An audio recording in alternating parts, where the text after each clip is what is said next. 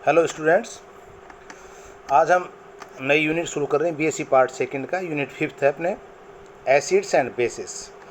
अम्ल और क्षार से क्या अभिप्राय है इसका देखिए। शुरुआत में लिविंग नामक साइंटिस्ट ने एक व्यू दिया था। उन्होंने कहा कि अम्ल वह पदार्थ होते हैं जिसमें प्रतिस्थापनीय हाइड्रोजन के साथ एक अम्लीय मूलक जुड़ा होता है। सब्स्टिट्यूएंट्स के साथ क्या होता है, एक एसिडिक रेडिकल जुड़ा हो।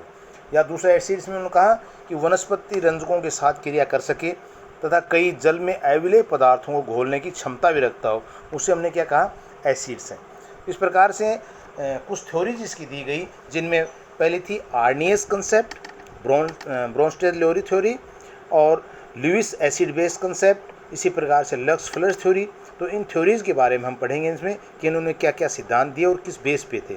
जैसे सबसे पहले हम लेते हैं आर्नियस का कंसेप्ट। आर्नियस की अवधारणा क्या थी, इन्होंने 1894 में आर्निस ने क्या कहा कि वे सारे हाइड्रोजन युक्त पदार्थ अम्ल होते हैं जो जल में घुल करके एच आयन देते हैं। तो उन्होंने कहा कि एच आयन कौन से दे रहे हैं, हाइड्रोजन युक्त पदार्थ। हमने जो कहा, जो क्या है कि जल में घुलने के पश्चात एच आयन देंगे हमें, तो उनको क्या कहेंगे हम, अम्ल। अर्थात इस प्रकार से जब एक रिएक्शन हम देखें कि HX की कोई रिएक्शन है, उसके अंदर हाइड्रोलाइसिस हम करेंगे तो वो क्या अपने आयन्स में विभाजित हो जाएगी। और यहाँ पे आप देखेंगे कि दोनों आयन्स को हमने कैसे दिखाया है, इस प्रकार से। इसका मतलब क्या है, जो रिएक्शन है वो फॉरवर्ड भी जा रही है और बैकवर्ड भी जा रही है। इट मीन्स पहले आयोनाइज होकर के आयन्स में परिवर्तित हो रही है और आयन्स वापस रिएक्शन करके वापस साल्ट में बना रहे हैं। तो यहाँ पे HX का अपना एग्जाम्पल दे रखा है, H आयन और X आयन में टूटना। इसका मतलब एसिड क्या हो गए, जो जल में घुलने के पश्चात H आयन प्रदान करते हैं। वे सारे हाइड्रोक्साइड यौगिक कौन से होंगे, जो कि जल में घुलने के पश्चात OH आयन देते हैं। हमारे पास क्या दे रहे हैं, जल में घुल करके OH आयन प्रदान कर रहे हैं।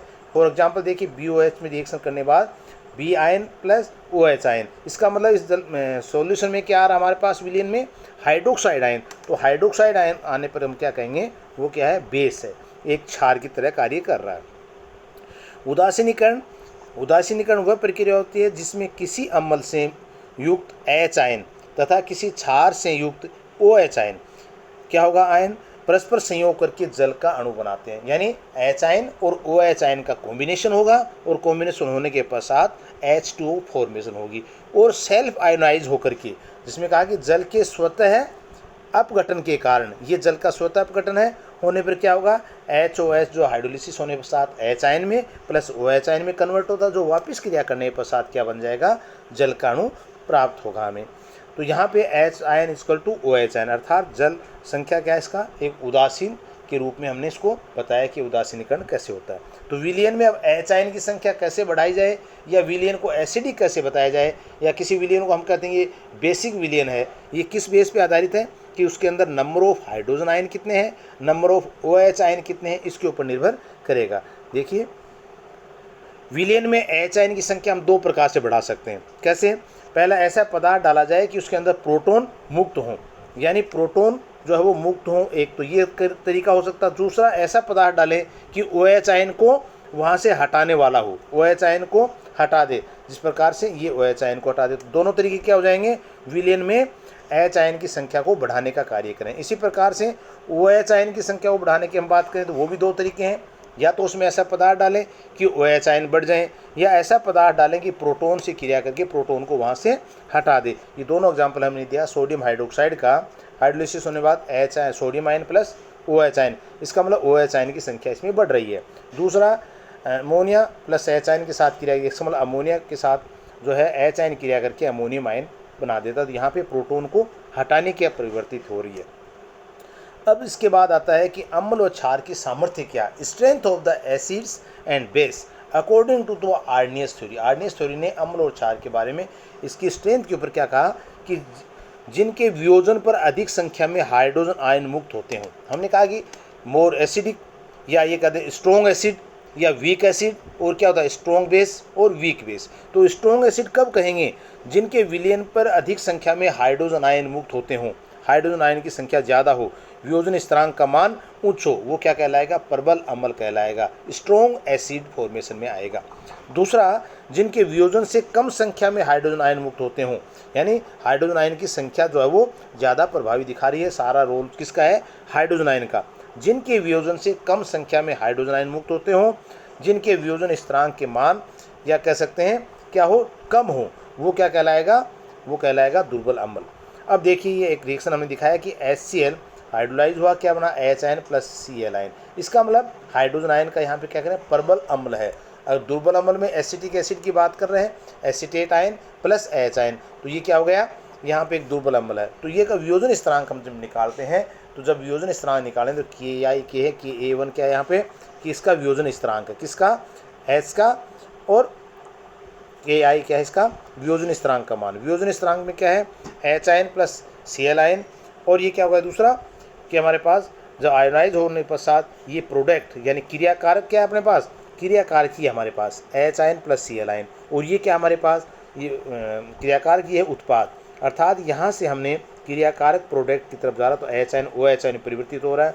तो उत्पाद अपॉन क्रियाकारक, concentration of the product upon concentration of the reactant, that is the वियोजन स्थिरांक। तो ये वियोजन स्थिरांक एसिटिक एसिड का निकाला। यहाँ हमने कह रहे हैं K1 greater than K2, it means more hydrolysis, यार ये कहेंगे स्ट्रॉन्ग एसिड किससे है, K1 strong acid then K2 से। इसके पश्चात हम आते हैं इसमें आगे कि जो पदार्थ जल में घुलकर के अधिक मात्रा में OH आयन देते हों, क्या करते हैं, अधिक मात्रा में OH आयन दे रहे हैं, उन्हें क्या कहते हैं हमने, प्रबल क्षार। और जो जल में घुलकर के कम मात्रा में OH आयन दे रहे हैं वो दुर्बल। तो फॉर एग्जाम्पल हमने पोटेशियम हाइड्रोक्साइड का यहाँ पे एग्जाम्पल लिया है, जिसमें वही जिस प्रकार से हमने आयोनाइजेशन की फॉर्म पहले निकाली है, Kb का रूप दे देंगे Kb1 ग्रेटर देन Kb2, अर्थात पोटेशियम हाइड्रोक्साइड ग्रेटर बेसिक है देन अमोनियम हाइड्रोक्साइड से। तो यहाँ पे इसका मान हम निकाल सकते हैं। अम्ल के लिए pKa का मान जो है, मान निकालने के लिए ये एक रिएक्शन को हमने यहाँ पे यह, इस प्रकार से हम आर्नेस थ्योरी के आधार पे इसको आइडेंटिफाई कर सकते हैं कि जो एसिड की मात्रा क्या है, बेस की मात्रा क्या है, स्ट्रॉन्ग एसिड क्या है, स्ट्रॉन्ग बेस क्या है, वीक एसिड क्या है, वीक बेस क्या है।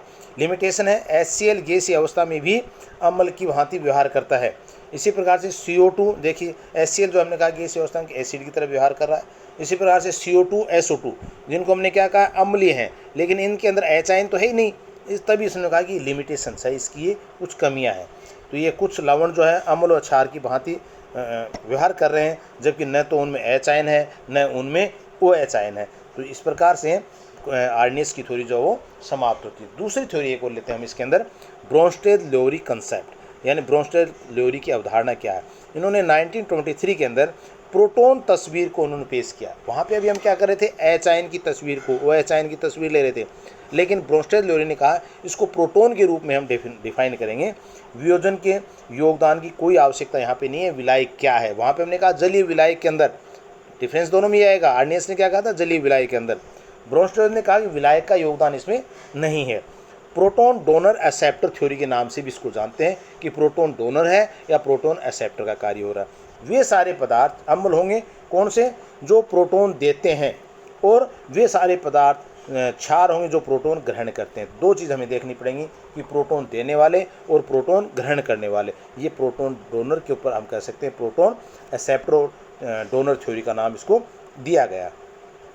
अम्ल क्षार प्रक्रम में अम्ल से एक प्रोटॉन का स्थानांतरण क्षार की तरफ होता है और इस प्रक्रम में उत्पाद के रूप में एक अन्य अम्ल बनता है जिसे हम कहते हैं मूल क्षार का संयुग्मन अम्ल, कॉन्जुगेटेड एसिड, और एक क्षार बनता है जिसे हम कहते हैं मूल अम्ल का कॉन्जुगेटेड एसिड। यहाँ देखिए आप, मूल क्षार से बन रहा है या मूल अम्ल से बन रहा है, इस प्रकार से वो कॉन्जुगेटेड एसिड और कॉन्जुगेटेड बेस को हम बात करते हैं। फॉर एग्जांपल देखिए आप, यहाँ पे एक एग्जांपल लिया हमने किसा, HCl और अमोनिया का। ये HCl का अमोनिया, ये क्या है, अम्ल है, ये क्षार है, दोनों ने क्रिया की। यहाँ देखेंगे कि अम्ल अमोनियम आयन NH4+, यानी अमोनिया का क्या बन गया यहाँ पे, संयुग्मी अम्ल, NH4+ आयन बन गया, एसिड बन गया। तो ये किससे बना, क्षार से, तो अमोनिया का संयुग्मी अम्ल कहलाएगा। इसी प्रकार से क्लोराइड आयन बना, ये किससे बना, एसिड से, क्या बना, HCl का संयुग्मी क्षार। तो इस प्रकार से इन दोनों को संयुग्मी क्षार और संयुग्मी अम्ल के रूप में हम बता सकते हैं। H2O जल का व्यवहार प्रबल क्षार की उपस्थिति में अम्लीय हो जाता है, जबकि प्रबल अम्ल की उपस्थिति में क्षारीय हो जाता है। देखिए ये H2O है, ये क्षार के रूप में HCl के साथ जब क्रिया करता है, एक क्षार की तरह क्रिया करता है। तो संयुग्मी अम्ल क्या बन गया इसका, H3O+ आयन संयुग्मी अम्ल, और संयुग्मी क्षार क्लोराइड किससे, अम्ल से बन गया, ये किससे, HCl से। H2O ये अमोनिया क्षार के साथ क्रिया कर रहा है, मान लीजिए पहले हमने किसका, HCl के साथ दिखाया। ये H2O किसके साथ, अम्ल की तरह व्यवहार कर रहा है, कब, अमोनिया के साथ जब क्रिया करता है। तो अमोनियम आयन संयुग्मी अम्ल की तरह, और OH आयन जो संयुग्मी क्षार की तरह क्रिया करेगा। दूसरा एग्जाम्पल, अमोनियम क्लोराइड का जल अपघटन लिया हमने। अमोनियम आयन प्लस H2 दोनों जब क्रिया करते हैं, यहाँ देख रहे हैं H2 जो एक क्षार की तरह क्रिया कर रहा है, तो क्या बना रहा है, अमोनियम संयुग्मी क्षार और H3O प्लस आयन संयुग्मी अम्ल की तरह। पोटेशियम साइनाइड का भी जल अपघटन हम यहाँ पे ले सकते हैं। अब देखिए आता है इसके बाद ब्रोंस्टेड लोरी में ही एम्फी प्रोटोनिक यानी उभय प्रोटोनिक क्या है, उभय प्रोटोनिक से क्या अभिप्राय है, यानी जो अम्ल परबल अम्ल की उपस्थिति में प्रोटोन ग्रहण करते हैं, जबकि क्षार क्या है, अम्ल की उपस्थिति में हमने क्या, क्षार की उपस्थिति में प्रोटोन प्रदान करते हैं। अतः जल एक क्या हुआ, उभय प्रोटोनिक। इसका मतलब जो क्षार की तरह भी क्रिया कर सके और जो अम्ल की तरह दोनों तरह व्यवहार कर सके, उसको हम क्या कहते हैं, एम्फी प्रोटोनिक यानी उभय प्रोटोनिक।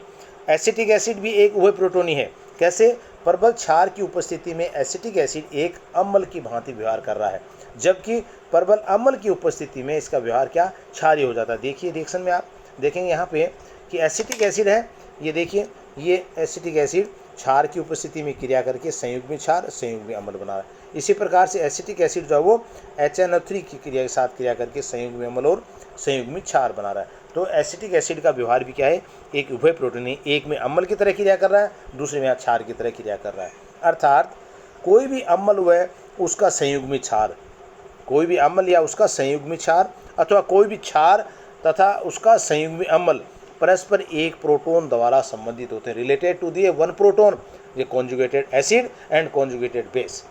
यहाँ पे एसिडिक एसिड को हमने कहा H आयन के साथ यहाँ पे रिलीज हो रहा है, तो क्या बना, संयुग्मी क्षार एसीटेट आयन। इसी प्रकार से अगर इसको हम रिवर्सिबल रिएक्शन में देखें, ये रिएक्शन क्या दिखा रहा है, फॉरवर्ड में हमने क्या कहा, एसीटेट आयन क्या बन रहा है, संयुग्मी क्षार। अगर ये प्रोटोन को वापस ग्रहण कर लेता है तो अम्ल बन जाता है। अमोनिया देखिए NH3 प्रोटोन को यहाँ पे ग्रहण करने पश्चात क्या बना, अमोनियम आयन संयुग्मी अम्ल बन गया।